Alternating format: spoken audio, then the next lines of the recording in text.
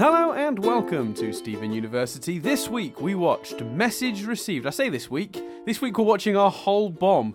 Today, however, we watched Message Received. So as always, or at least as always from episode about 40 or something, Chris, what's it about? In this episode, Stephen's all shifty and he's Hawkeye. He's Hawkeyeing Lapis. Wow. No, he's not Hawkeyeing as in he doesn't offer much to the series. I assume you mean Peridot, by the way. In the Avengers. Peridot, yes, sorry. So he's looking at Peridot, and he follows her into the barn. He discovers that her thing is a message. Her little gem thing is a messenger. He locks her in the car. There's some humorous dialogue about child locks. I found that amusing. Yes, me too. He goes out. He tells the others about it. He's really pissed off. He's annoyed. He's upset that she's not the person he was hoping she was turning into. But not to immediately interrupt your flow, but I think what's really important about that is actually I think he's a bit more annoyed at himself for trusting her, in my opinion, than he is annoyed at her. Okay, that's fair. But yeah, but I'm not trying to contradict you. In my interpretation of it seems slightly different, but we'll talk about it, I suppose. Mm-hmm. So then suddenly she bursts out the barn in a Peridot thing, and starts running away with the device. Amethyst equally angry. They're all angry. Amethyst turns into a crazy version of Budgie the helicopter. I thought too. I don't remember noticing that the first time I watched it, but the second she did it on this viewing, I went, Budgie the little helicopter. Yeah. And I don't know if was that a British show? Is that a? I don't know. I have no idea. If Budgie the little helicopter exists in the States, I hope you guys understand that reference. Yeah, if not, Google it. So then Stephen is not getting on board, so Garnet turns into Plastic Man and stretches out her arm and grabs him in. Mm-hmm. They attack her. She gets away anyway. Stephen and her fight again about how she's let them down. She calls Yellow Diamond. We get ourselves a little Secretary Pearl, little kind of PA assistant type Pearl, who eventually gets her through to Yellow Diamond. And then she in a moment, well, no, I'll get there. First of all, she kind of doesn't rat out the gems, and then she kind of tells Yellow Diamond, no, don't destroy the Earth. And Yellow Diamond says, well, it's the only thing that it's good for is destroying the Earth. And she refuses to listen to her. She fights the case for there being organic life on Earth that should be protected. Yellow Diamond gets annoyed, and Peridot calls her a clod. In a moment that made me and I literally mouth gaped open. I was and it was the second moment this weekend where I was like, oh God, I'm like a full-on legitimate fan of this show now. The other one was when I was listening to a live version of the We Are the Crystal Gems theme tune recorded at Comic-Con. Oh, I saw that. That's real good, isn't it? To which, I could only listen. I didn't look in case the montage included spoilers. Yeah, okay, yeah, makes sense. But it's great though. So Jess comes in. She's like, "What are you listening to?" I was like, "It's a live version of the theme tune to We Are the Crystal Gems." So what was her response to that? Just, Chris. She was just like, all right. The trouble is, I'm trying to convince her to watch The Good Place. So that's my battle I've picked this week, as opposed to my Steven Universe battle, which I don't think I'm ever going to win.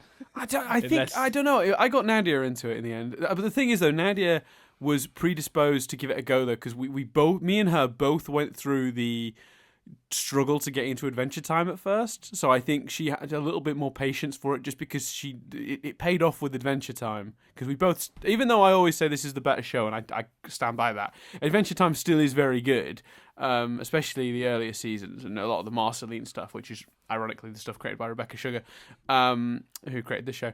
But yeah, that's a battle I eventually, I won. But I think having the Adventure Time background probably gave me a leg up. So you've probably got a steeper battle to go, especially. I think the problem is, if we had the day free and I was like, let's just power through, and you could probably, in a day, in 4 or 5 hours, you could probably power through, just shitloads of episodes, potentially even season 1.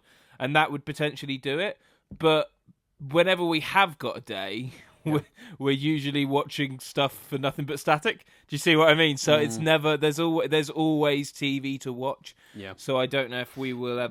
That may calm down now though, but because anyway. all the pilots for the year are sort of done now, aren't they? So we're We're like until this January week. now. Because for those who don't know, we do this other podcast. It's our main podcast. The reason a few people asked why is the channel called Nothing But Static. It's pretty the only just a few really upload is the Steven University. In relation to this, we've recently uploaded a clip from Nothing But Static where because usually we upload clips from Nothing But Static and they don't necessarily get. Like our reviews of programs like The Gifted and Star Trek and stuff, and they don't really get that many views. And we uploaded as sort of almost like an experiment. Me revealing to Dan that I was going to propose to my now fiancé Jess, and that I was very touched. That got more views. That got a couple of hundred views, and it felt like maybe but I think that was Chris, the Steven University guys. Well, it was Steven University guys, but you gave it a clickbaity title. Well, got to play the game. I know, but I don't think the reviews are people being like, oh, Chris is getting engaged, because they don't know that the video is called "Chris has a big reveal for Dan." If I'm a listener of this podcast, I'm thinking, shit, has Chris watched ahead? Has he got a spoiler? What's happened? What's Chris revealing to Dan? And I'd have put it in the context of the show. But for those who don't know, we do this other podcast called Nothing But Static, where we do TV news and we review. Mostly pilots, but when a new show starts, we'll review the first episode or two and talk about whether it's worth your time. Basically, it's we try to do spoiler-free reviews. Occasionally, we do spoiler-filled ones, but we always flag them. So if you're a big TV watcher, I recommend checking that out. That's just available via the website, iTunes, Stitcher. If you've got Overcast, which is what I use for podcasts now, because the iTunes podcast app, our podcast app, is a big pile of shit. Excuse me, but it is. There you go. But there you go. But Dan's right. Pilot season is over, so maybe it will be more possible, which would be good. Anywho, let's back to this episode. So, what are we thinking? We like this one? We not like this one? I thought it was great. I thought it was fantastic. And then at the end, they all kind of say to her, "Well, you are now a crystal gem." I thought. I think the way they did it, because if they're going on, and I didn't realise that the end of this bomb was the end of the season until I suddenly this week was like, oh wait, when I went to watch the episode and stuff, because as a joke I was going to be like, okay, so this episode, and then name the final episode and really shit you up, but just before we started recording, you were like, so message received, yeah, I was like, yes. Oh, anyway, I ruined it for you.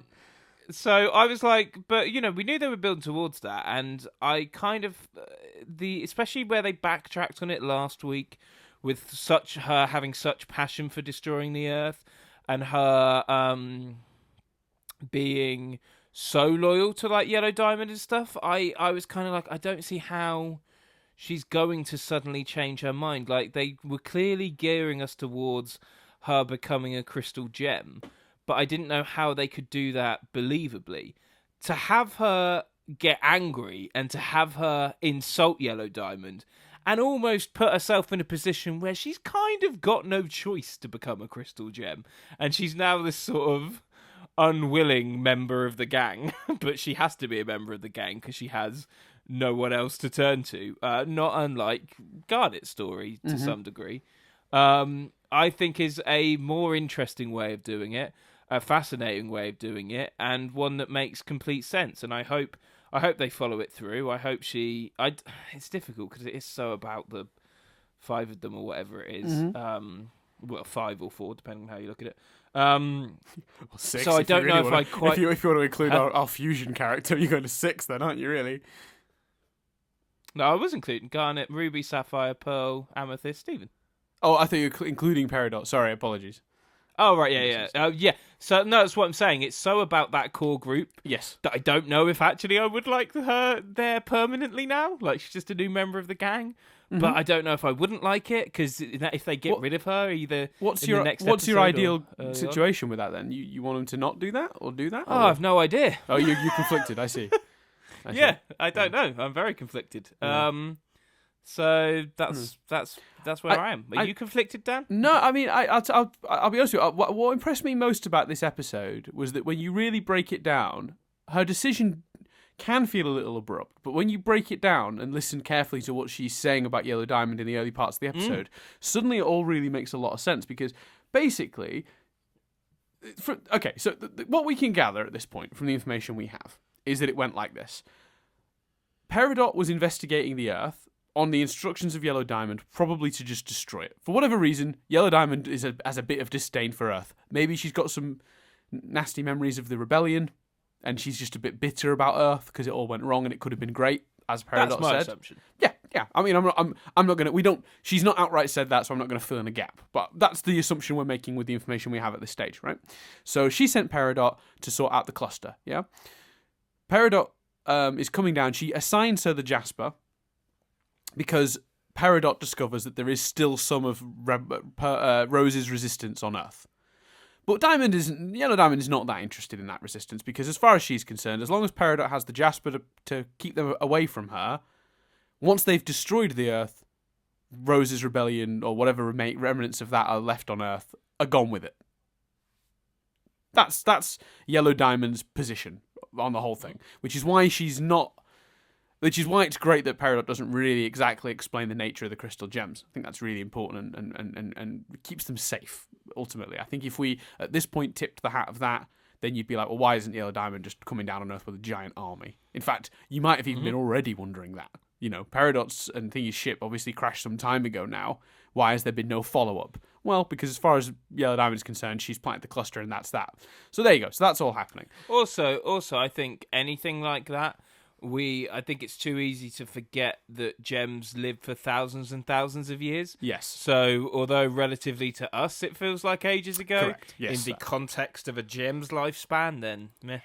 Yeah, 100% agree with you. Yeah, absolutely. So what's cool about all this, and the reason I sort of go back over that, is because if that's Yellow Diamond's sort of position on everything, and that's how it's all come together, and Peridot's opinion of Yellow Diamond is that she is, and she expresses that in this episode, she is perfect.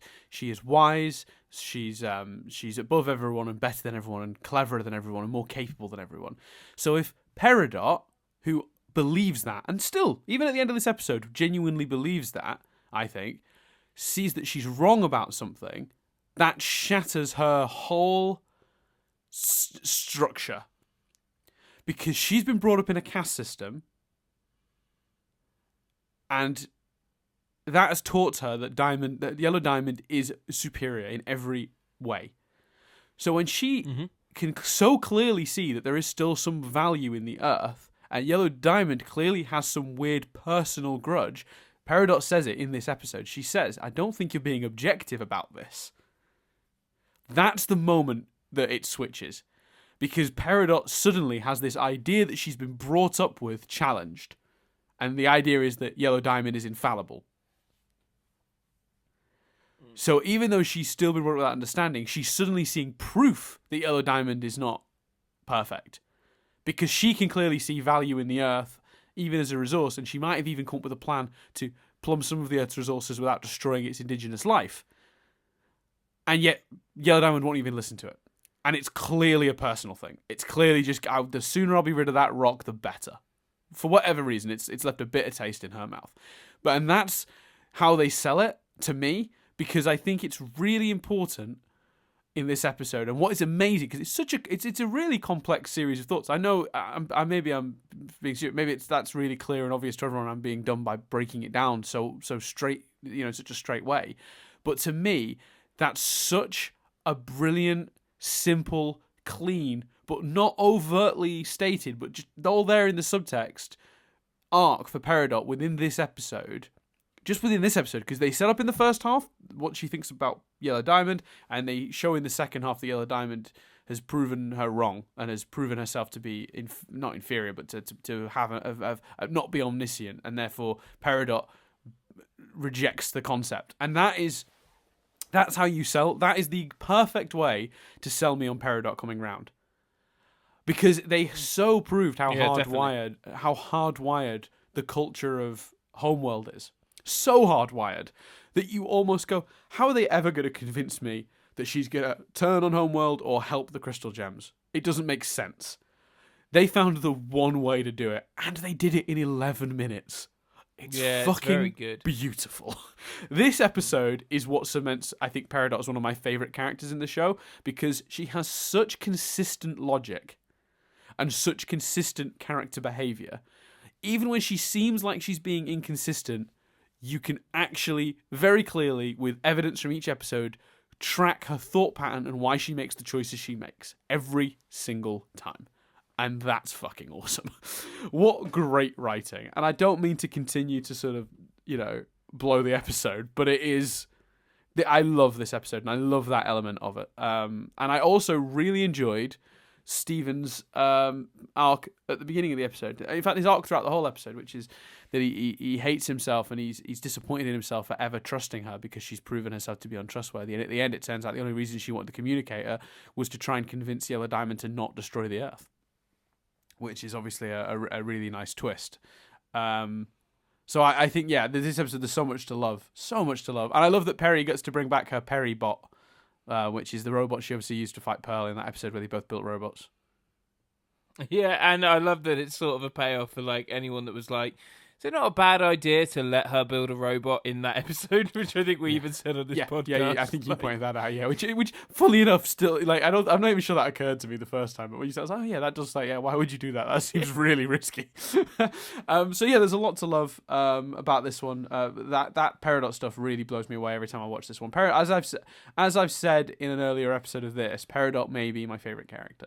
Do you think they've done enough? Given that next week is the last episode, I assume next week is the cluster about to destroy the Earth.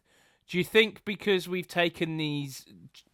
bomb has taken these brilliant character sidesteps into Ruby Sapphire, into Earth and what it means, into even Stephen and Connie, do you think that tension and that threat has not been building as a result?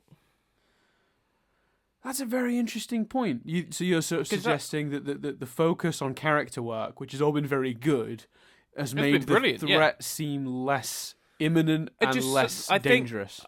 I think that's why when I looked at hit play on the episode and went, oh, this is the penultimate episode of the series. I think that's why I was surprised, because I think the character stuff, and again, I'm not criticizing it, it's been fantastic.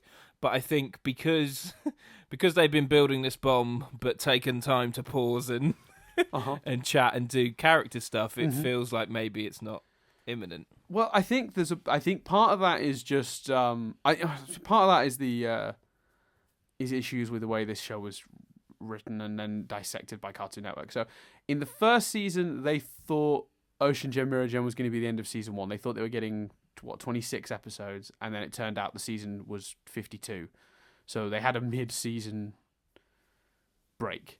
So then they went, okay, so our season is 52 episodes going forward.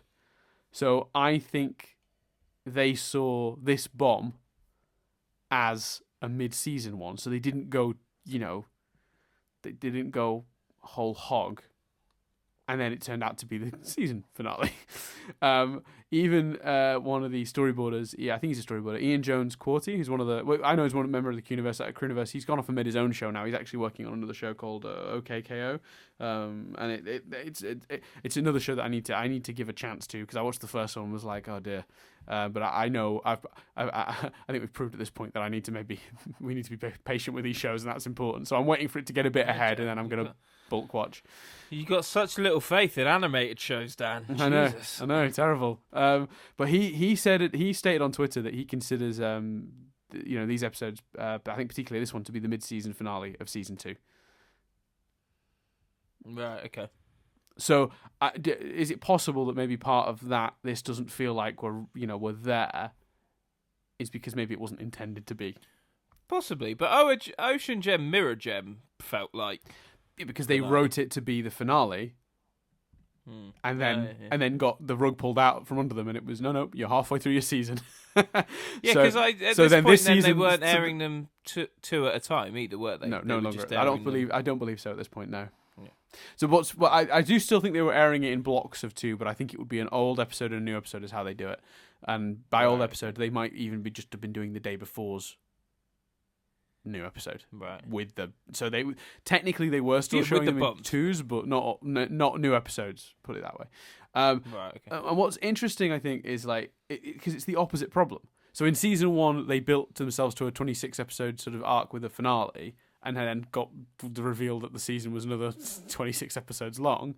And then season 2, they were building towards I feel like they may have been building towards a 52 episode season because that's what they had the first year, and then had the rug pulled out of them and were told the season was officially ending in 26. So it's the opposite issue. Cartoon Network really don't seem to have a lot of patience with the show, or a lot of respect for the show. I don't know what the problem is. They don't treat it very well, basically, and I feel like that's really unfortunate because it's probably the best thing they have at the moment. And it may not get the best ratings, but I think it is. Well respected. Certainly got a passionate fan base, and very passionate fan base. I think they need to appreciate the show a bit more. They did, especially when they've got I mean, dear Lord, Teen Titans Go gets so many repeats. There was a week when it was just like Teen Titans Go, Teen Titans Go, Teen Titans Go, Teen Titans Go. One episode of like Powerpuff Girls, Teen Titans Go, Teen Titans Go, Teen Titans Go. Like, they need to back off on the repeats of that and maybe throw a few, because they're not even putting it on repeats. So how are they expecting to get new fans when they're not even putting these episodes in the cycle? Yeah, especially when it's such a mythology-based show. Mm-hmm, I think other kind of notes from the episode, there were so many moments of love. I love again the glimpse and the sort of like you say, you think you got all the picture, and then they just go, oh, here's one element of the picture that is so much wider than you think. Like Pearl, when she's like, not all pearls know each other. Like, not only is it humorous, but also again gives us this glance of this class system, which we weren't even looking at in series 1. I love Amethyst's reaction to Peridot's kind of seemingly betrayal and her sort of anger, and again, I just, little hint of that story. Maybe I'm overreading it. I think maybe I'm just reading too much into it, but I like that notion, and it felt very personal, her anger towards it, whereas Garnet felt a bit more like, her reaction felt a bit more like she might have expected it, or, wasn't too surprised, rather. All the childlock stuff, again, just very entertaining and very amusing, and yeah. I loved it. I thought it was fantastic. Yeah, and what do we think to Yellow Diamond? Our first glimpse, we haven't really remarked on that yet, which is surprising because that's actually a huge thing in this episode. Like, I remember when I first watched it, being so surprised when I heard that voice, because even before they name who it is, just and the actress does a wonderful job. Yellow Diamond's actress is staggeringly good. It's oh God, what's her name? She's a famous Broadway. Is it Patti LuPone? Like Patti LuPone? Yeah, Patti LuPone. She's like a really famous Broadway star. And as soon as you hear her voice, you know who it is, and then there's the reveal, and it's a big moment, I think. Yeah, I loved it, and I thought she was I loved the type of villain she was, like this just sitting on a chair pressing buttons to end the world type of villain, and this kind of like her anger, but equally just like she can just sit there and be threatening. I thought it was I don't know how like visually I can't necessarily, after just watching it once 5 minutes ago, remember her, but I remember being more, like you say, in awe of the voice and the being more engrossed in that character because of the voice than the animation or the look of her. The performance is just spellbinding. Like that, she just commands. You know what? She has a lot of authority. I know she's a member of the Great Diamond Authority, so that's an ironic word to use, but that is it. She as soon as she speaks, like, you're paying attention, and again, that is 100% down to the voice work, and she does a stunning job.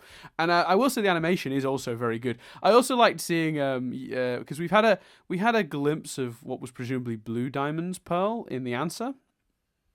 So it seems all the diamonds have a pearl. It seems Blue Diamond had a pearl. Yellow Diamond clearly has a pearl too, a yellow one, and I thought that was pretty cool. I liked that as well. Are you saying that our pearl belongs to a diamond, Dan? Not necessarily, because I think Peridot made it clear high-class gems can have a pearl, which makes them sound like any high-class gem could have one. And I suspect that the diamonds aren't the only. Even at this point, I had a suspicion. I mean, I think my opinion at this point in the show, because I won't obviously give away spoilers, is that while the yellow diamonds are at the top of the pyramid, we are still missing some of the in-between steps. Okay. So that there may be some other sort of generally people fair enough. but just below the diamonds, and they may also have a pearl. But we know for sure that blue diamond and yellow diamond have a pearl, so it makes sense that potentially our pearl could have been with a diamond, or she could have specifically been assigned to rose quartz. Rose. Because it's clear Rose was a general, so it's very possible that our pearl was always Rose's. It's hard to say, but it's certainly worth thinking about because Pearl, as of thus far, is probably the gem with the least backstory of the ones the main ones that we know. Yeah, apart from all the Rose stuff. Yeah. Mm-hmm. Did you have any other notes, Dan? A couple of quick ones. Episode. Couple of quick ones. It is a fine episode. It's one of my favourites. I love it. Loving it, Chris. Let's have a quick look. Clear. There's a running. While you're looking for notes, there's a running joke on Fringe Observers at the moment. Although Fringe Observers is potentially over by the time this airs. I guess. Not quite, but yeah, not quite. Yeah. But we're doing season 5, and Dan loves season 5. And there's just the current Fringe Observers episodes are just like this amplified by 50%. He's loving it. So when the diamond communicator is activating while Peridot is speaking with the other diamond, a variation of the theme music we heard when we first met Blue Diamond can be heard, suggesting that the diamonds have an overarching musical theme that the creators of the music of the show have sort of are running through it. We find out that the Homeworld gems don't necessarily that they have a numbering system for gems. Because obviously she introduced herself as Peridot, to which Yellow Diamond responds, "Which Peridot?" And Peridot lists off her number, which is facet 2F 5L cut 5XG.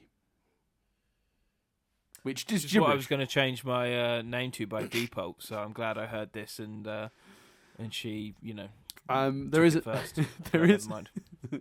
there is another hint as well that there might be someone between.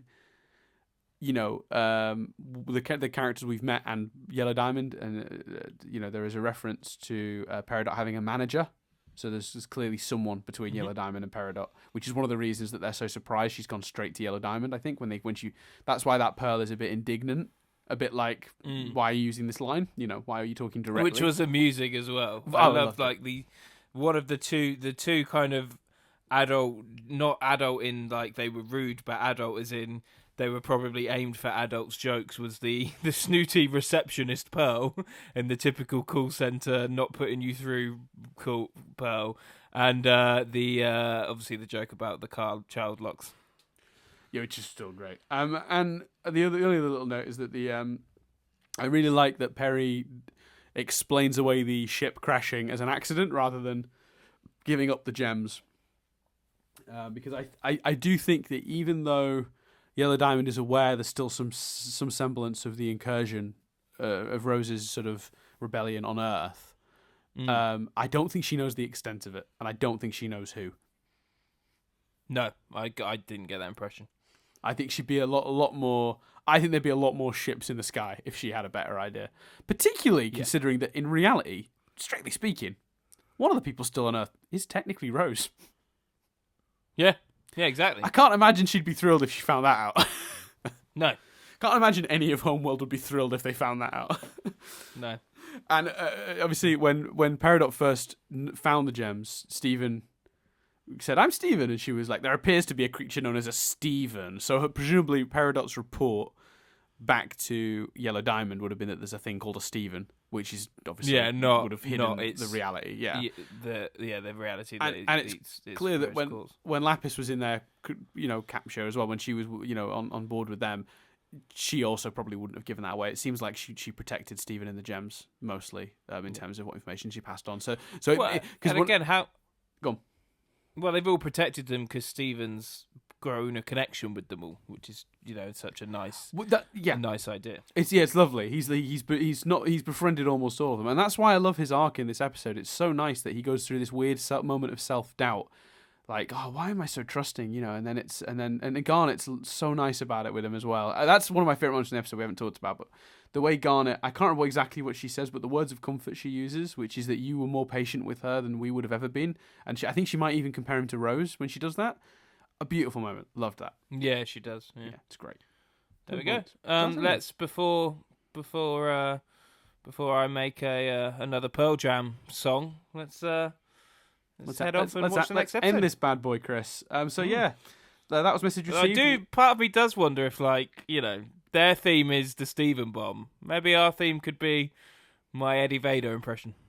Is it Vader? No, it's probably not Vader. Whatever his name is. You had his name on the other days. Lost it. Yeah, now. I can't remember. It's Vader? It's something like that. Anywho, that's everything for this week. Because this has already got on too long, Chris. I've been Dan Doolan. I've been Chris Billingham. I was waiting for that. I was holding off, but I knew it would happen. And that's been everything for this week. We will speak to you tomorrow as we discuss log date 715-2. Yeah.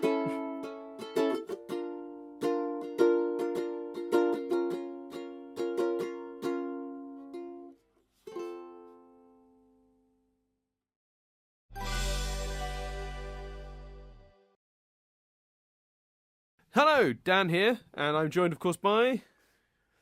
Chris! I didn't know what you were going to do. No, I didn't know what I was going to do either. Great. I like the idea that you're going to become the Matt Damon now. You're like, Chris! I thought this was really good. Chris! Anyway, this sort of nonsense, this sort of witty banter, if you're enjoying this, guess what? Now you can give us money. It's true. You can. We have a Patreon page. A Patreon page that I am going to pledge right now. Bold, Chris. You ready for this? I'm going to pledge, and if I have to make it just myself, that's fine. But next year, for 2018, there will be one piece of original content on the Patreon page per month. Boom. Per month. Oh, I thought you were just meaning for the whole year, and I was thinking that was ambitious. Per month.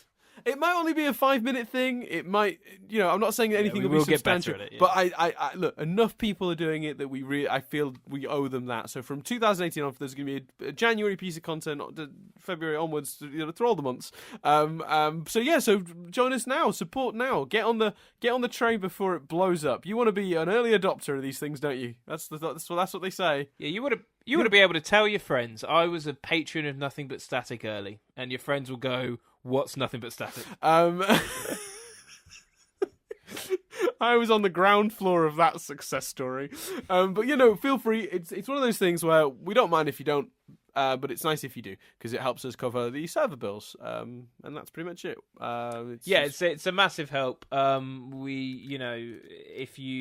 If there is an amount you would have paid to have this, or if there is, an amount you wouldn't notice going missing, it would be amazing, and we would be so grateful. And there will be stuff going on it. As Dan said, it's not 100% clear what it is yet, but you will be getting some exclusives, and you will genuinely be helping us. It makes a huge difference. At the moment, we operate at a loss. It'd be nice to operate evenly. We don't want to make money off the podcast, but we'd like to not be losing money doing it. Yeah. So yeah. So anyway, that's everything. So I don't know if I'm putting this at the end or the beginning of a podcast, but either I hope you enjoyed the podcast you just heard, or enjoy the podcast. I think put it at the beginning, because otherwise, would they pledge after listening to that shit? Sorry, and thank you.